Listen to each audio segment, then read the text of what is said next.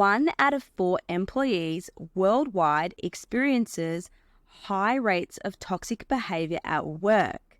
A trend on TikTok is about disclosing toxic workplaces that you used to work at. And I can't help but be glued to my screen when people are talking about this. Now, I also got asked this on Instagram on my Psychology Sunday box, and this has come up a few times, so I thought I'd address the topic. So let's get into it.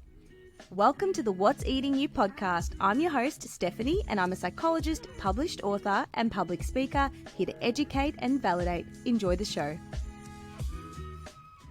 If you are new here, welcome back to the What's Eating You podcast. I'm your host and psychologist, Stephanie Giorgio, and I hope you enjoyed today's episode. If you do, please scroll up, tap the star, and leave a rating. I will be forever grateful. We're going to unpack what constitutes a toxic workplace and how you can start to free yourself from this. Now, whilst no work environment is perfect, a toxic workplace is usually described as being disrespectful, discriminatory, distrustful, and many times hostile. You might even feel extreme tension in the office, avoid speaking up for fear of retribution, or even find yourself excluded from meetings for no reason. Unfortunately, an unhealthy work culture negatively impacts employee productivity and well-being. Now, I've seen both sides of this, so I'll just talk about my experience on this. I did get a lot of research from a Forbes article, so that has helped me write this podcast today. But I'll tell you a little bit about my background. I used to be an EAP psychologist. Now, EAP stands for Employee Assistance Program. And what it is, it's a program that many workplaces have where employees can seek psychological therapy for free. So they get, for example, 3 sessions a year or 6 sessions a year, just depending on what the workplace has agreed to. And this is usually in big companies such as ANZ, McDonald's, universities, etc., to help their staff deal with issues. And it doesn't have to be workplace issues. They can do EAP counseling for absolutely anything. And if you're listening to this and your workplace has EAP, you know exactly what I am referring to. And part of my job was not only giving counseling to people who sought EAP through their workplace, I also did the workplace on-site work as well. So I would go out to organizations where a restructure was happening or someone was being fired or a big announcement was being made. And sometimes I would just sit in a room from 9 to 5 just in case someone wanted to speak to a psychologist. So for example, a big restructure would happen at, say, Telstra, and I can speak about it now because years have passed. And they had a psychologist there in case anyone wanted to speak about the issue or the restructure or being let go or being fired. Some people would speak to me, sometimes they wouldn't. So yeah, I just spent a lot of days just doing some work, catching up. And for the people who did speak to me, I would learn a lot. I learned a lot about workplace cultures. I learned a lot about managers, workplace dynamics. And I did this Australia-wide, so I would be flown out sometimes to Hobart twice to potentially speak to someone who was being let go of. They didn't want to speak to me, so flew there twice. They didn't speak to me, so I was just there just in case. So it was really an interesting part of my life. I absolutely loved it. I loved the rush. You just get a call, you don't know where you were going, what was happening. Obviously with the changes at work, that was a bit more organized, but part of this was also crisis management as well. So for example, if something happened in the workplace, such as a robbery or an attack or a shooting, I would go out to the organization and speak to the employees about trauma, about self-care, what to expect, looking after yourself. So there's basically 2 parts of this. So I feel that I am qualified to speak on the topic, but I'm going to keep this a bit more straightforward just to help you identify, are you in a toxic workplace and signs to look out for? What has changed a lot in the last couple of years since the pandemic is that employees are no longer willing to tolerate harmful work environments. I think definitely growing up, it was really normal. It was really normal to have a boss that was rude or direct or toxic. I'm not saying it was okay, but it was really common. It was commonplace. I think definitely between the 2006 era, 2010 era to maybe 2016, whenever it happened, it was actually really normalized to have a workplace like this. But the research is showing that a toxic workplace is the number one reason people are resigning. Workers don't just want a high salary, flexibility, and work-life balance. They want to feel psychologically safe at work. They want to feel valued. So if you dread going to work every day, you might be stuck in a toxic workplace. Here are 10 signs that it's time to move on. Number 1, a workplace that's toxic is draining. A job should fill you with energy, not suck the life out of you. And you'll find this sort of bleeds into other areas of your life. You're always talking about it. You're mentally drained. You're physically exhausted at the end of the day. And this could be a red flag. And as time goes on, you may experience burnout, which is a worldwide epidemic. And if left untreated, burnout can lead to even more serious issues like a heart attack or a stroke.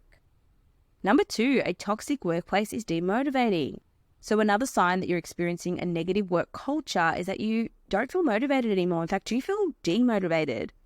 You don't want to do stuff. You may be questioning your self-confidence, and you may have been worn down to the point that you even start questioning your abilities. Am I even good for this role? Could I even work somewhere else? And if that's the case, that is red flag number 2. A toxic workplace has a high turnover. So you see a lot of people going through the door. Are your co-workers resigning? Does the workplace have difficulty retaining employees? This could be a huge red flag. Not only does it create a toxic work environment, but it also negatively impacts everyone. There is a high cost of toxic workplace culture, and they believe that the cost of turnover due to workplace culture exceeded a whopping $223 billion over the last 5 years. Wow. And I remember there's a really, really, really high rate of absenteeism, presenteeism, so that's being present but not being there psychologically, has a huge impact as well and a huge cost. Number 4, a toxic workplace promotes unhealthy boundaries. And this is something I really noticed on the TikTok trends where people are outing companies they used to work for. They normalize a lack of healthy boundaries. So for example, your manager may ask you to be available when you're not working, be available to answer emails in the evenings or on weekends, or you're expected to stay late every night to complete projects. If your boss asks you to push yourself to the point of exhaustion and burnout, it could be a red flag, right? Or when I was watching these videos online, I think they were saying that workplaces were refusing to give people a day off to go to a funeral, or if their animal was sick, and look, I understand workplaces have rules and all of that, but I do believe you need to be flexible. You need to have some sort of leniency with that. Number 5, a toxic workplace lacks transparency. The hallmark of a healthy workplace culture is open communication. Now, when transparency doesn't exist, employees lose trust in their leaders and eventually co-workers too. At that point, the entire team's motivation, engagement, and loyalty decline. If your manager knowingly withholds valuable information, ask them about it. If you're unable to get a reasonable response, this could be a really big red flag. Number 6, a toxic workplace has low morale. When you are surrounded by colleagues constantly complaining, it can wear on you. And this is a big one. When people are complaining a lot, it's draining. Emotions are infectious, especially negativity.